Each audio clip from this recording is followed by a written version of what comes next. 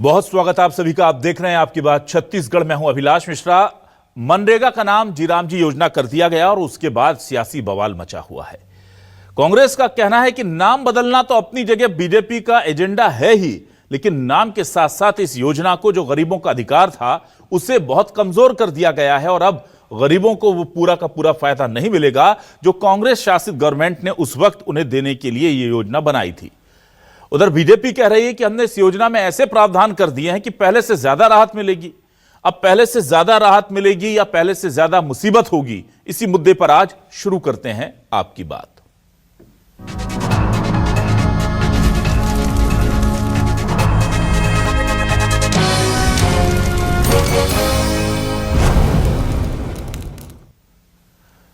PCC chief दीपक बैस साफ तौर पर जीराम जी योजना यानी कि जो नया प्रारूप है इस योजना का मनरेगा का, उसे लेकर निशाना साध रहे हैं। वो बता रहे हैं कि इससे बहुत नुकसान होने वाला है गरीब मजदूरों का। और उधर अरुण साव डिप्टी सीएम बता रहे हैं कि कौन से अच्छे प्रावधान इसमें मोदी सरकार ने जोड़े हैं। सुनिए। पद यात्रा के माध्यम से शुरुआत की और उसी तरह आज माता कौशल्या के धरती पर चंदकुरी से लेकर हम विधानसभा, पुराने विधानसभा परिसर तक जनसंपर्क पदयात्रा कर मनरेगा बचाओ संग्राम का हम लोग जन जन तक पहुंचाएंगे। गांव में काम नहीं मिलेगा और कहीं न कहीं यहाँ के ग्रामीण हमारे मजदूर पलायन को मजबूर होंगे। इसको लेकर निश्चित रूप से मनरेगा की गारंटी जो इसको यथावत रखना चाहिए। को ज्यादा रोजगार के अवसर मिलेंगे, किसानों के हितों का भी ध्यान रखा हुआ है और आज जो गांव की आवश्यकताएं हैं उन सब को पूरा करने वाला है। और इसलिए कांग्रेस पार्टी का ये अभियान केवल और केवल दिखावा रह जाएगा। जनता का इससे कोई लेना देना नहीं है, जनता का कोई सरोकार नहीं है। अफवाह फैलाने की कोशिश केवल नाम बदलने पर ही राम जी होने के कारण ही ये विरोध कर रहे हैं। और राम के नाम से पता नहीं कांग्रेस को क्या डर लगता है और इसीलिए विरोध कर रहे हैं। ये विरोध के लिए विरोध है, तथ्य कुछ भी नहीं। और अब देखते हैं आज के सवाल क्या है। सवाल लेकर आ रहे हैं आपके टेलीविजन स्क्रीन पर। ये रहे सवाल। मनरेगा बचाओ आंदोलन को लेकर कांग्रेस की पदयात्रा जी राम जी से खत्म होगी योजना की मूल भावना, यह आरोप लगा रहे हैं। गरीब मजदूरों के लिए जोड़े कई अच्छे प्रावधान कांग्रेस को क्यों पसंद नहीं आता राम का नाम, यह बीजेपी आरोप लगा रही है। कांग्रेस का सड़क से संसद तक आंदोलन का ऐलान, बीजेपी बोली कांग्रेस का सिर्फ भ्रम फैलाना है काम।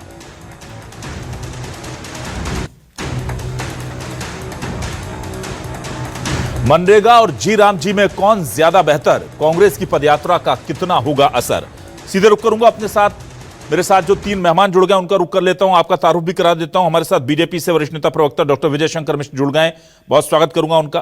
कांग्रेस से वरिष्ठ नेता प्रवक्ता अभय नारायण राय साहब जुड़ गए, उनका स्वागत करूंगा। और वरिष्ठ पत्रकार के तौर पर उचित शर्मा जी जुड़ गए, उनका भी स्वागत करता हूं। अभय जी, आपके पास सबसे पहले आता हूं। अभय जी, पदयात्रा हो रही है, सदन से लेकर सड़क तक आप लोग लगातार प्रदर्शन कर रहे हैं और मनरेगा बचाओ पदयात्रा आपने की है। उद्देश्य क्या है? देखिए, वो बता रहे हैं कि हमने गारंटी कर दी है कि जो दिन थे वो बढ़ जाएं और अगर उतने दिन का काम नहीं देंगे तो पैसा देना है, अगर पेमेंट डिले की जाएगी तो उस पर पेनल्टी देनी है आपको। तो कुछ अच्छे प्रावधान भी तो इसमें जोड़े गए। आपको किन प्रावधानों से दिक्कत है वो स्पेसिफिकली बताएं मुझे। निश्चित रूप से आपने अच्छे सवाल किए कि किनसे हमको दिक्कत है। दिक्कत यह है कि पहले ये कानून था, कानून में था कि हम रोजगार मांगेंगे। जब हम आवेदन देते थे कि हमको रोजगार दिया जाए और 15 दिन के अंदर, आवाज आ रही ना सर? बिल्कुल सुन पा रहा हूं सर, बिल्कुल। अगर 15 दिन के अंदर हम रोजगार नहीं दे पाते थे तो उनको हमें बेरोजगारी भत्ता देना पड़ता था। ये कानून में प्रावधान किया था मनरेगा में। और मनरेगा क्यों लाना पड़ा? संविधान में हमको अनुच्छेद 21 में जीवन निर्वाह के लिए आजीविका का अधिकार है कि हमें आजीविका के साधन मिलना चाहिए। और इन्हीं आंदोलनों को आगे चलाते चलाते बहुत लोगों ने मांग की, बहुत से सामाजिक आंदोलन खड़े हुए कि अंतिम व्यक्ति के रोजगार के लिए कुछ किया जाए।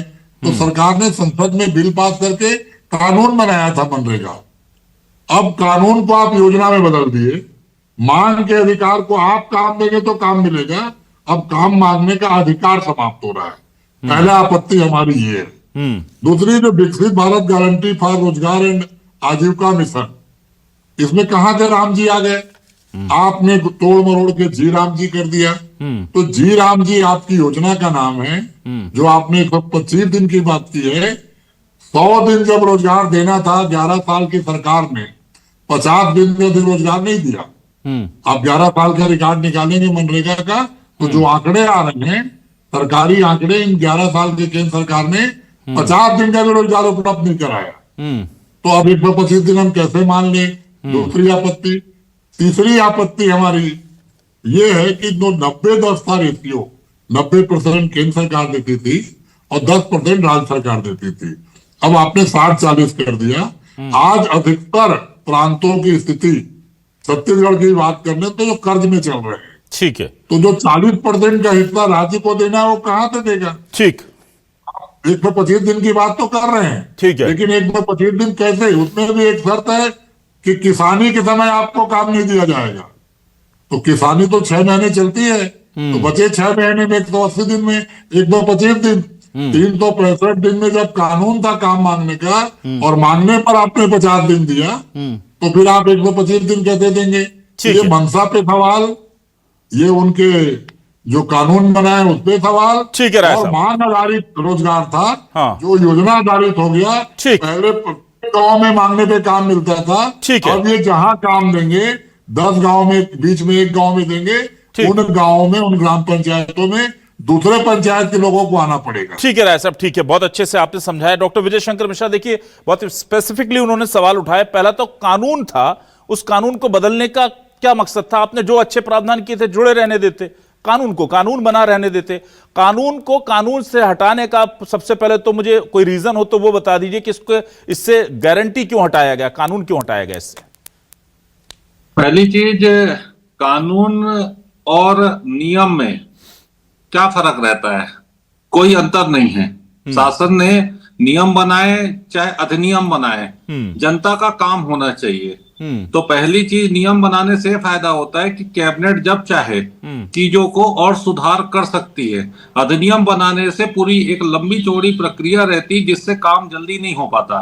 तो इसका जवाब ये है कि अधिनियम के बजाय नियम बनाया। ठीक है।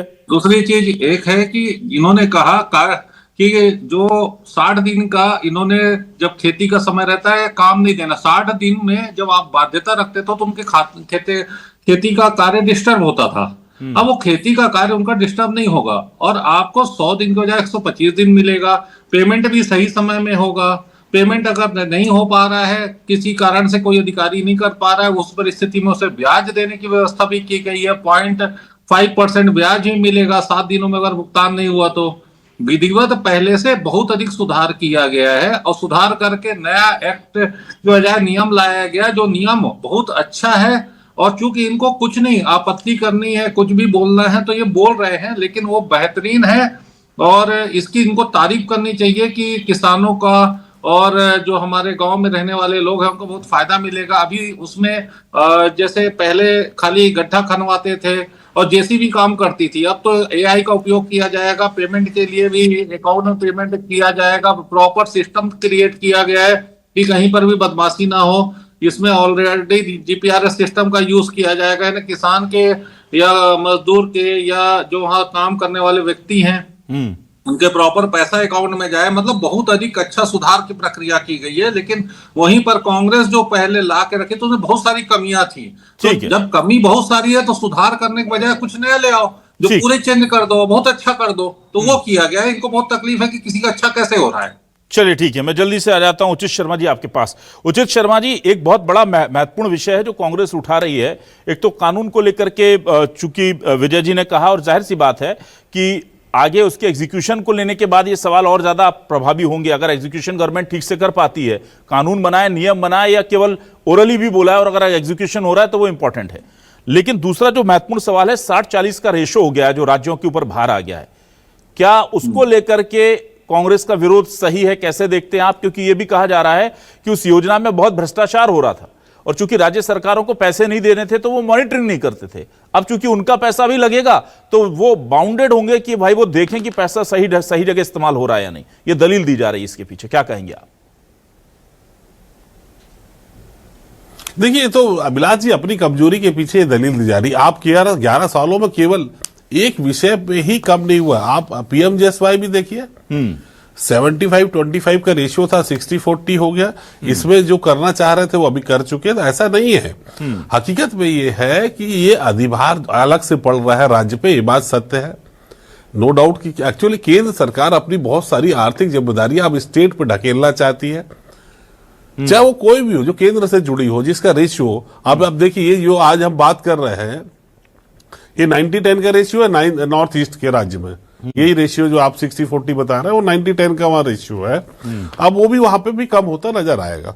सवाल यह है कि कोई भी राजनीतिक दल इस विषय में चिंतित क्यों नहीं है कि 48 और 52 दिनों का जो एवरेज और औसत है वो 125 दिन आप कैसे देंगे, उस पर चिंता क्यों नहीं है किसी की। जो जिस मंशा से ये चालू किया गया था उस मंशा को पूरा कर पा रहे हैं क्या, यही सबसे विशेष है। सबसे बड़ा विषय यही होना चाहिए चर्चा का और चिंता का भी, कि जिस हम मंशा को अपने ध्यान में रखते हुए उनको मजदूर का उत्थान हो, मजदूर को रोजगार मिले, ये चीजें होती। और दूसरा ये जो डॉक्टर साहब कह रहे हैं, मैं थोड़ा सा इत्तेफाक, माफ कीजिएगा मिश्रा जी, आपसे नहीं रखता। मैं कभी विशेष बड़ी चर्चा होगी तो मैं तीनों में आपको फर्क जरूर बतलाऊंगा कि कानून क्या होता है, नियम क्या होता है और गारंटी क्या होती है। इन तीनों में बड़े बड़े फर्क है और किस चीज का क्या लैकुना है और किस चीज से कैसा बच के निकला जा सकता है, ये उसके तरीके हैं। खैर, फिलहाल ये है कि आप नाम चेंज भले ही कर दे हो या कर रहे हो, लेकिन अधिभार जो आपका सवाल है अभिलाष, आर्थिक बोझ पड़ेगा। जब मुख्यमंत्री जी से सवाल किए गए थे क्या इसकी कोई व्यवस्था आपने की थी अपने बजट में, तो वो नहीं इसका जवाब दे पाए थे। अभी हमारे नए साल में हम करेंगे और उन्होंने बोला कि नए वित्तीय वर्ष में इसकी व्यवस्था हम करेंगे। तो फिलहाल ऐसी कोई व्यवस्था इनके पास, राज्य के पास अलग से धन इसके लिए नहीं है। और ऐसा ये पहली बार इसमें नहीं हुआ। केंद्र से जितने भी केंद्र प्रायोजित योजनाएं हैं उनमें तमाम चीजें घटित हो चुकी है, केवल नाम अभी आ रहा है। एग्जाम्पल मैंने पीएमजेएसवाई का भी आपको दिया।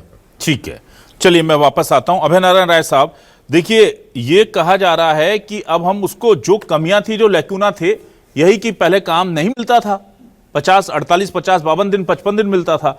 अब उसमें उन्होंने श्योरिटी कर दी कि आपको इतना देना ही होगा और नहीं दे पा रहे तो कोई बात नहीं, काम मत दीजिए, पैसा दीजिए, ये प्रावधान जोड़ दिया गया है। तो जब अब उसी जिसकी आप शिकायत कर रहे हैं उसी में वो कह रहे हैं हम सुधार कर रहे हैं, अब उसको सुधार कर रहे हैं तो कम से कम उसको आगे तो बढ़ने दीजिए। पर यह विरोध पूरे देशव्यापी जो हो रहा है, इसको लेकर के 60-40 का रेशो आपका, मैं समझ सकता हूं कि वो एक बहुत ही लॉजिकल पॉइंट है, पर जो वो प्रावधान आपने एक दूसरी शिकायत की थी उसी को कमी, उसको दूर कर रहे हैं और उसी को आप कह रहे हैं कि गलत कर रहे हैं, वो कैसे? देखिए, जो कानून पास किए हैं नए, उसमें धारा 5 के तहत जो सरकार को अधिकार दे दिया गया कि वो तय करेगी कि कार्य कहां होंगे, किस ग्राम पंचायत में होंगे, किस जनपद में होंगे, किस जिले में होंगे। ये तो पंचायती राज अधिनियम का खुला उल्लंघन है। पंचायतें तय करेंगी कि उनके पंचायत में काम क्या होगा। पंचायत प्रस्ताव करके जनपद को भेजती है, जनपद जिला पंचायत को भेजता है, जिला पंचायत कलेक्टर को भेजता है, कलेक्टर शासन को भेजता है और प्रस्ताव मंजूर होता है। ये धारा 5(1) के तहत इस अधिनियम में सीधे अधिकार केंद्र सरकार को हो गया। वो तय करके भेजेंगे कि इस जिले के, इस जनपद के, इस ग्राम पंचायत में काम होगा। ये उसका जो उल्लंघन हुआ। रोजगार मांगने के अधिकार का तो उल्लंघन में पहले ही आपको बताया कि इसमें हुआ है। धारा 4(5) के तहत केंद्र सरकार को जो तय करने का अधिकार मिल रहा है, ये बड़ा देखना है। आर्थिक 60-40 में तो वही है। उचित जी ने कहा कि सारी योजनाएं, जो इंदिरा आवास था, जिसे आज प्रधानमंत्री आवास कहा जा रहा है, वो भी 90-10 पे चलता था, 75-25 हुआ, आज उसको ही लोग 60-40 में आगे खड़ा कर दिया है। और 40 नहीं मिलने से राज्यों का काम नहीं होता है। बहुत ही ऐसे लेकुने हैं इस कानून में। ये उसी तरह का कानून है जो किसान हित में कृषक बिल लाए थे, जिसको किसानों ने काला कानून कहा, पूरे देश में विरोध किया और वो बिल इनको वापस लेना पड़ा। ये भी मनरेगा संग्राम कांग्रेस ने छेड़ा है। पूरे मजदूर मनरेगा के इसमें साथ जुड़ेंगे और ठीक। ये संग्राम बढ़ेगा। हमने इसको संग्राम का नाम दिया है। ठीक है। संग्राम कब हुआ? जब हमको आजादी करनी थी। ठीक है। आजादी का संग्राम हमने किया था। ठीक है। संग्राम हुआ जब किसान बिल वापस हुआ। ठीक है। संग्राम हुआ जब भूमि अधिग्रहण बिल वापस हुआ। ठीक है। ये भी इनको वापस लेना पड़ेगा। ठीक और है। ये अम्बेडकर जी और गांधी जी दोनों के विचारों को अंतिम व्यक्ति तक रोजगार का अधिकार समाप्त करने का काम है। ठीक है। अम्बेडकर जी के भी विचार खत्म हो रहे हैं, गांधी जी ठीक है के अभय जी, विचार अभय जी, खत्म ठीक है, हो रहे हैं। ठीक है। मैं जल्दी से आ रहा हूं। डॉक्टर विजय शंकर मिश्र जी, देखिए, आपकी कुछ चीजें तो अच्छी हैं जो आप गारंटी दे रहे हैं, पेनल्टी लगा रहे हैं लेट पेमेंट करने पर, वो हम स्वीकार कर लेते हैं क्योंकि हमें लग रहा है कि अच्छी। आगे क्या होगा वो आगे हम देखेंगे, लेकिन अभी आपकी मंशा अच्छी लग रही है। कई जगह पर मंशा पर आपकी वो दिक्कत है। एक तो राज्यों पर अधिभार डाल दिया आपने, दूसरा पंचायतों के अधिकार क्यों छीन रहे हैं? एक तरफ आप पंचायतों को सशक्त बनाने की बात करते हैं और सारा काम आप चाहते हैं ब्यूरोक्रेसी कर दे, फिर पंचायतों का हाथ में क्या रहा? पंचायत तय करेगी कि मेरे यहां नाली बननी है कि सड़क बननी है। ये कलेक्टर साहब क्यों तय करेंगे भाई? या जिला पंचायत सीओ क्यों तय करेंगे कि तुम्हारे यहां क्या बनेगा? ये पंचायत तय करेगी, क्योंकि वहां पर उसके पंच हैं, सरपंच हैं, पंचायत अध्यक्ष है, उनको तय करने दीजिए। तो बातें आप कुछ कर रहे हैं, वित्तीय व्यवस्थाएं किसी और के हाथ में सौंप रहे हैं, और फिर ये भी कह रहे हैं कि हम पंचायत को मजबूत कर रहे हैं। देखिए, पहले चीज रहा वित्तीय लोड वाली बात। 40 और 60 का रेशो, 40 वो तो सरकार का अपना लोड होता है। कोई भी चीज जो रहती है वो सरकार को करना है और सरकार उसको वित्तीय लोड सहती है और उसका प्रभाव पब्लिक तक कभी नहीं आता है। आवासीय जो प्रधानमंत्री आवास वाला विषय भी है, भारतीय जनता पार्टी की सरकार आने के बाद वो अपना शेयर दे के प्रॉपर आवास भी बनवा रही है। तो वो लोड वो सरकार का इंटरनल विषय होता है जिसको सरकार पूरा करती है, और 40-60 का रेशो हर राज्य सरकार करेगी और उसका लाभ भी मिलेगा। पहले से केंद्र सरकार ने बजट भी बढ़ाया है, करीब 30% बजट केंद्र ने अपना खुद का बढ़ा दिया है। ये बजट वाली बात हो गई। अब रहा सेकंड विषय कि पंचायत वाला, आप उसको अर्ध सत्य बता रहे हैं, पूरा सत्य उनसे पूछिए। प्रपोजल जो रहेगा वो पंचायत से ही आएगा। अभी क्या हो रहा है कि पंचायत डिसाइड कर लेती है। आप जाके देखेंगे फील्ड में, जब देखा जाता है, कई लोगों ने सर्वे किया, हमेशा ये आता है कि वहां पर पैसा निकाल लिया गया, जेसीबी से काम हो गया, लोगों को काम नहीं मिला, पेमेंट हो गया और जो जमीन में काम नहीं हुआ। अब उसके बजाय प्रपोजल तो पंचायत से आएगा, लेकिन डिसाइड फिर उसको प्रपोजल को एक्सेप्ट करना है नहीं करना है, इसका निरीक्षण करके वो तय होगा। फाइनली जमीन में काम दिखना चाहिए। पब्लिक का पैसा है, पब्लिक का पैसा ऐसा लूटना नहीं चाहिए। हर पंचायत में काम होगा, लेकिन प्रॉपर जो जरूरत है उसी की। पता चल रहा है कि रोड बन गई, फिर दोबारा वही रोड बन रही है। तो ऐसा ना हो जहां पर इसीलिए 4 बुनियादी चीजों को ओपन कर दिया गया है। जी अभय जी, कुछ पंचायतें लूट रही हैं और केंद्र सरकार, राज्य सरकार नहीं लूट रही है।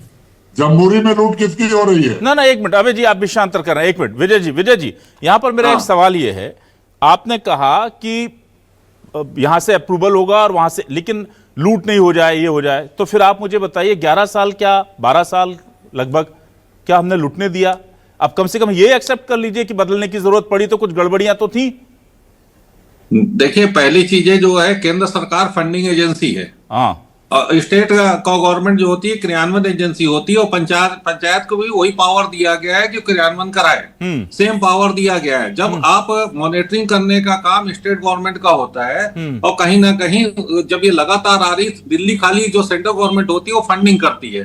तो जब दिक्कत दिख रही है तभी उन्होंने नियम में ऐसा किया है, क्योंकि अभी भी मॉनिटरिंग स्टेट गवर्नमेंट ही करेगी। जब दिख रहा है तो उसी को संशोधन करके और बेहतर किया जा रहा है, जैसे जो पैसा गाँव के लिए आया है तो गाँव के लिए लगे और उसमें रिजल्ट मिले। तो ठीक है, इसको दायमाई की जगह सीधे स्वीकार कीजिए ना कि भाई हमने जो पैसा इतना भेजा वो लोगों तक नहीं पहुंच पाया। इसमें इतना हिचकिचाहट क्यों है? 50 योजनाएं दाएं बाएं ऐसा स्वीकार नहीं किया जा सकता ना। कैसे स्वीकार किया जा तो सकता फिर है? अभी अगर आप कहीं पर गया है, हाँ। देखिए अनियमितता आ रही है, तो जो भी सुधार रहता है वो नीचे स्टेट गवर्नमेंट में बोला, पंचायत को स्वयं का अधिकार प्राप्त है। हाँ। तो अगर वहां गड़बड़ी दिख रही है, प्रपोजल नहीं हो मिल रहा है, पूरे भारत में कहीं ना कहीं गड़बड़ी दिख रही है, तो उसको एक सिस्टम और किया जाता है कि निगरानी और तगड़ी हो जाए। ऐसा सिस्टम बनाया जाता है। तो ये कहां पर क्या गड़बड़ है नहीं है, पूरे देश की डाटा तो हम नहीं रखते हैं कि हम स्वीकार कर लें। तो आप कहेंगे कि स्वीकार करें तो हम स्वीकार कर ले। भाई हमें ये डाटा नहीं दिया गया ना। तो डाटा नहीं दिया गया तो आप फिर कैसे बोल रहे हैं कि गड़बड़ी हो रही है? डाटा नहीं दिया गया तो आप कैसे बोल रहे हैं गड़बड़ी हो रही है? फिर नहीं तो आपका डाटा है क्या कि आप बोल रहे हैं कि मैं स्वीकार नहीं, हमारे पास नहीं, आपका आपने डाटा आप है ही क्या? तो कह रहे हैं। अरे भाई मैं थोड़ी नहीं, कह रहा मैं ये नहीं कह रहा हूँ, हूँ। अभी आपने कहा भाई, शिकायत आती है, अभी तभी आपने उसको कहा सुधार 2 किया मिनट जाता है। पहले आप कि इसकी लूट समझ हो रही है, लीजिए। लूट को उसको रोकने के लिए हम यहाँ जिला पंचायत तक अभी आएगा, मुद्दा जिला हमारा तक ही है, आएगा। आप जो बातों को मुंह में न डालें। अरे ठीक भाई है, आप प्रवक्ता न बने। विजय शंकर मिश्र जी, आपके ही शब्द हैं, मैंने मुंह में नहीं डाले, मैंने आपके मुंह के निकाले हुए शब्द आपको मैंने सुना क्या दिए बस। बोला कि पूरे देश में शिकायत आती है, उसके आधार पे ही नीतियों का निर्धारण और हमेशा शुद्धिकरण होता है। मैं आपसे और वही शुद्धिकरण हुआ है जनता के लिए अच्छा करने के लिए होता है। मनसा अच्छी होनी चाहिए तो चीजें अच्छी होती है। अच्छा। आप कोई भी नियम कानून बना दे, मनसा अच्छी नहीं है तो चीजें अच्छी नहीं होगी। तो 11 साल तो में हम यहाँ पर 11 मनसा साल में अच्छी दो है, इसके दो रिजल्ट अच्छे मिलेंगे। मैं वही तो कह रहा हूं कि 11 साल में आपके उद्देश्य उसके हमारे पूर्ति नहीं हो पाई, इसीलिए आपने इसमें बदलाव किया जैसा ना। रिजल्ट चाहिए था वैसा नहीं मिला। तो यही तो पूछ ये रहा हूं, उनके सरकार 11 कांग्रेस साल में के हम समय 100 दिन बनाया रोजगार हुआ नहीं नियम दे था, पाए, अभी जो 11 साल बनाया 12 था, साल में और हम अच्छे मिलेंगे। हमने जो पैसा दिया वो जनता तक नहीं पहुंचा, यही तो मैं बात कह रहा हूं जो जनता आप कह तक रहे तो हैं। गया, पंचायत जनता ही है। पंचायत में सबसे छोटी इकाई है, हाँ। जहां प्रशासन रहता है, वहां तक पैसा गया, पैसा वहीं बटा। हाँ। लेकिन जो राज्य सरकार को रिजल्ट चाहिए था, केंद्र सरकार को रिजल्ट नहीं मिला। अब रिजल्ट और अच्छा मिलेगा ये कहा जा रहा है। रिजल्ट अच्छा मिलेगा और लोगों को रोजगार मिलेगा, इसकी भी श्योरिटी आपने कर दी। तो हम वही तो कह रहे हैं कि आप अच्छा करेंगे, इस पर हम यकीन करते हैं, आप कह रहे हैं तो। पर आप ये बात भी तो यकीन कीजिए कि पिछले 11-12 सालों में ये योजना उस लिहाज से लागू नहीं हो रह पाई, इसमें क्या दिक्कत है? कुछ कमियां थी तभी इसको बदला गया है बस पूरा। तो फिर वही यही तो कह स्वीकार रहे करने हैं। की तो बात कर रहा था। उचित जी आपके पास आता हूं। उचित जी, ये अच्छा है, पहले जब किसान कानून बना रहे हैं तो उसकी तारीफ कर दो, फिर उसको बदलना है तो बोल दो कि इसमें गड़बड़ी थी। जीएसटी लगा रहे हैं तो वो अच्छा था, फिर जब जीएसटी हटा रहे हैं तो ये अच्छा कर रहे हैं। 11-12 साल मनरेगा चलाया तो हमने इतना बजट बढ़ा दिया, हमने इतना अच्छा काम किया, फिर अब उसमें बदलाव कर दिया कि ये गड़बड़ थी, अब हम अच्छा करेंगे। मतलब चित भी मेरी है, पट भी मेरी है। ये बड़ी दुविधा हो गई आजकल सरकारों के साथ, एक सरकार के साथ नहीं, हर सरकार के नहीं, साथ आप है वो। सरकार के एनालिसिस कर रहे हैं, सरकार करें। चलिए जीएसटी के बारे में आप खुद बता दीजिए, कितना अध्ययन करके बैठे हैं आप? अध्ययन अधिक करते नहीं है, आप डिस्कशन अधिक करते हैं। खुद हाँ। आपको अनुभव है क्या किसी चीज का? विजय जी, आप जो आप है एनालिसिस में गलत मत करिए, आप इंटरप्रिटेशन गलत करते हैं किसी भी चीज की व्याख्या। आप तय नहीं करेंगे। गलत व्याख्या कर रहे हैं। विजय ठीक जी, है? आप तय नहीं करेंगे, मैं क्या इंटरप्रिटेशन करूंगा? हाँ। ठीक है, आप गलत चीज का व्याख्या कर रहे हैं। आपको मेरी व्याख्या गलत लग रही है, आप वो बताइए। राम जी की डिबेट आप मुझे मत बताइए। आप अन्य चीजों का कर रहे हैं। ऐसा लग रहा है कि कांग्रेस के प्रवक्ता बनने की आपको बात कर रहे हैं। आपको ना अभय जी एक मिनट अभय जी, ये गलतफहमी विजय जी जो आपको हो रही ना, भूपेश बघेल सरकार में कांग्रेस प्रवक्ताओं को भी होती थी कि मैं बीजेपी का प्रवक्ता हूं, और ये होती रहेगी, ये होती रहेगी। हमें मालूम था पहले। आपको विजय शंकर जी, आपको मैं वीडियो भेज दूंगा, आपको वीडियो भेज दूंगा आपके बीजेपी कांग्रेस के प्रवक्ताओं को ये बोलते हुए। आपने जी राम जी पे डिस्कशन रखा है, लेकिन आप जीएसटी की बात कर रहे हैं। मैं सबकी बात करूंगा, मैं योजनाओं की बात कर रहा हूं, मैं योजनाओं की बात कर रहा हूं। आपके हिसाब से मेरा चैनल पे डिबेट रूल नहीं होगा, ठीक है? मेरे हिसाब से होगा, एंकर के हिसाब से होगा। हमको भी बताएंगे, हम उसी अनुसार डिबेट करेंगे ना। बिल्कुल, मैंने आपसे सवाल ही नहीं लिया, मैंने आपसे सवाल ही नहीं लिया, मैंने ना आपसे डेटा पूछा। मैं आप जो तर्क दे रहे हैं वो तर्क की बात कर रहा हूं विजय जी। आप मुझे डिबेट मत सिखाइए, मुझे डिबेट मत सिखाइए, मुझे मत सिखाइए डिबेट, ठीक है? हमें मत सिखाइए। मैं क्या कह रहा हूं, आपको मैंने तथ्य नहीं पूछे, आप जो तर्क दे रहे हैं मैं तर्क को बर्बाद कर रहा हूं। तथ्य और तर्क में अंतर आपको पता होना चाहिए मेरा ये कहना है। विजय शंकर मिश्र जी, तथ्य और तर्क में अंतर पता होना चाहिए। जो तर्क आप दे रहे हैं, आप जो तर्क दे रहे हैं वो तर्क अच्छे नहीं है। बात नहीं कर रहे हैं। आप जो तर्क दे रहे हैं वो तर्क अच्छे नहीं है, इसलिए उस तर्क को लेकर मैं वरिष्ठ पत्रकार से बात कर रहा हूं। ठीक है, आपके हिसाब से सब चीजें डिक्टेट नहीं हो सकती ना। नहीं, आपके हिसाब से भी हम डिटेक्ट नहीं हो सकते ना कि आप जो मुंह भरना चाहेंगे हम भरेंगे उसको ना। हमने कुछ कहा ही नहीं, आपने जो कहा था आपको सुना दिया मैंने, बस पलट आपने कहा आप हमको गलत दिखाने के लिए वहां कर रहे हैं, ऐसा ना करें। आपको ऐसा लग रहा है। वो बोलेंगे उचित भाई साहब बोलते हैं कोई विषय को तो वो बोल सकते हैं, उनका अधिकार है। आपको एम्पायर की पोजीशन में रहना है, लेकिन आप प्रवक्ता की पोजीशन में रहते हैं। आपकी गलतफहमी है।